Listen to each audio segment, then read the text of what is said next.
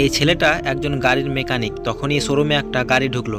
সেটা দেখে তার ওস্তাদ বলল, যাও ওই গাড়িটাকে আগে দেখে নে। ছেলেটা গাড়িওয়ালাকে বলল, 5 মিনিট দাঁড়ান, আমি আসছি। তখনই গাড়িওয়ালা রেগে বলল, কিসের 5 মিনিট? ওই চাকরের বাচ্চা, তাড়াতাড়ি আমার গাড়িটা ঠিক কর। তারপর ছেলেটা তার সব কাজ বাদ দিয়ে গাড়ির সামনে গেল এবং বলল, আপনার গাড়ির কি হয়েছে?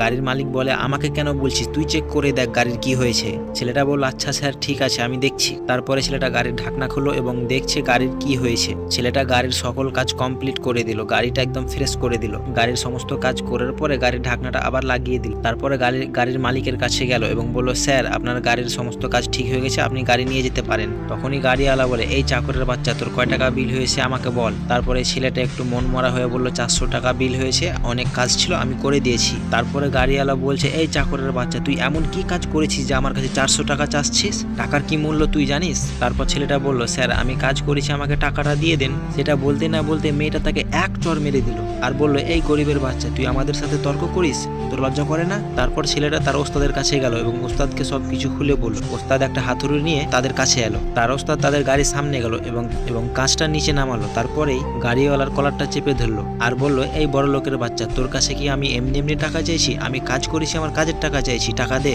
আমি যা মেহনত করেছি, যে কাজটা করেছি, সেটার টাকাটা আমাকে দিতে, তাহলে তো হয়ে যায়। তারপরে গাড়িওয়ালা পকেট থেকে টাকা বের করে দিয়ে দিল। ছেলেটা মেয়েটাকে বলল, তুই প্রথম থেকে আমার সাথে খারাপ ব্যবহার করছিস এবং তুই বিনা কারণে আমাকে থাপ্পড়ও মেরেছিস। এরপর থেকে যদি কোনো গরিবের সাথে তোরা এমন মজা করিস, আজকের পর থেকে কোনো গরিবের সাথে এমন করবি না তোরা, নাহলে তোরা রাস্তায় রাস্তায় মার খাবি। আসলে আমাদের সমাজে এমন কিছু কিছু মানুষ আছে যারা টাকার অহংকারে গরিবেরাকে মানুষই মনে করে না। আপনাদের মতে কি বলে অবশ্যই ভিডিওর কমেন্টে বলে যেও।